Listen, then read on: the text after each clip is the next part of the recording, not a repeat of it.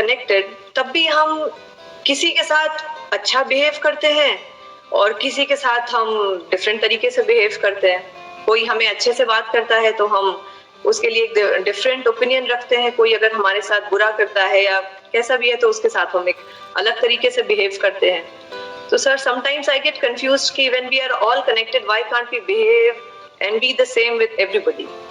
देखिए, दो अलग अलग चीजें हैं। एक है एक रियलिटी, वो क्या है, चाहे आप साइंटिफिक पॉइंट ऑफ व्यू से देखिए चाहे स्पिरिचुअल पॉइंट ऑफ व्यू से देखिए, we are all connected, we are all one, उसमें कोई डाउट है ही नहीं। जैसे साइंटिफिकली क्या बोलते हैं, we are all made up of that same energy, right. जो हमारे मटेरियल्स हैं वो सब सेम है, जिन मटेरियल्स के हम बने हैं, हमारी बॉडीज बनी है, that is a fact which can't be questioned. एक है बिहेवियर जिसकी आप बात कर रहे हो। बिहेवियर में इट इज इम्प्लाइड कि कोई दूसरा है, तो वहां पर क्या आ जाता है, वहां पे एक ट्रांजैक्शन आ जाती है। कोई बोलता नहीं है, but every relationship is a transaction of give and take. ये हर रिलेशनशिप के कुछ अनसेड रूल्स होते हैं।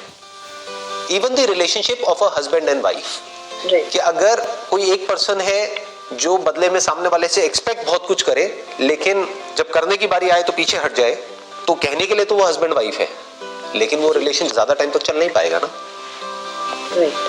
तो what I am saying is कि ये हमको सेंसिबली समझना होगा कि इस दुनिया में जो भी हमारा बिहेवियर होता है, that is influenced by this give and take equation. That's more of a transaction. जैसे एक बिजनेस की ट्रांजैक्शन होती है कि अगर मैंने आपको 100 रुपए दिया तो मैं बदले में एक्सपेक्ट कर रहा हूं कि मेरे को 100 रुपए की वैल्यू की कोई प्रोडक्ट या सर्विस मिली। ट्रांजैक्शन ऐसे ही एक ट्रांजैक्शन होती है फ्रेंड्स के बीच में, रिलेटिव्स के बीच में, सबके बीच में। और फ्रेंड्स का मतलब ये नहीं है कि फ्रेंड्स मैंने बोल दिया तो उसकी कोई सब कैटेगरीज नहीं है। फ्रेंड्स भी अलग अलग तरह के होते हैं। एक फ्रेंड होते हैं जो हमको पता है कि ये फ्रेंड है ही टाइम पास के लिए। फॉर एग्जाम्पल कि हमको पता है कि हम अपने काम से आए, बहुत स्ट्रेस्ड आउट है या अपनी लाइफ से स्ट्रेस्ड आउट है, अब हम वहाँ पे जा रहे हैं, हल्की फुल्की बातें कर रहे हैं, हंस रहे हैं, थोड़ा सा हमने टाइम स्पेंड किया, साथ में लंच किया, डिनर किया, वो अपने घर, हम अपने घर। अब वहाँ पे हम एक्सपेक्ट करने लग जाए कि वो हमारे इमोशंस को क्यों नहीं समझ रहा, हमारी फीलिंग्स को क्यों नहीं समझ रहा, तो हम थोड़ा गड़बड़ कर रहे हैं। वो रिलेशनशिप अलग है, वो फ्रेंड्स अलग है। वो ज्यादातर स्कूल कॉलेज में बन जाते हैं। जो स्कूल कॉलेज की जो फ्रेंडशिप्स होती हैं, वहां पर एक इमोशनल एक अलग ही बॉन्ड होता है, क्योंकि हम साथ में ग्रो कर रहे होते हैं। उसके बाद में जब लोगों का अपना माइंड एक लेवल पे डेवलप हो जाता है, तो रिलेशनशिप अलग अलग तरह की होती है। फॉर एग्जाम्पल, आप ऑफिस में किसी के साथ में काम कर रहे हैं, तो वो भी कहने के लिए फ्रेंड है, बट एक्चुअल में वो आपका फ्रेंड नहीं है, वो आपका कलीग है। तो उसमें हमको मिक्स नहीं करना है कि वहां पे जाकर के हम अपने सारी बातें बता रहे हैं, फिर वो आगे बता रहे हैं, फिर हम कह रहे हैं देखो उसने मेरे साथ में क्या कर दिया।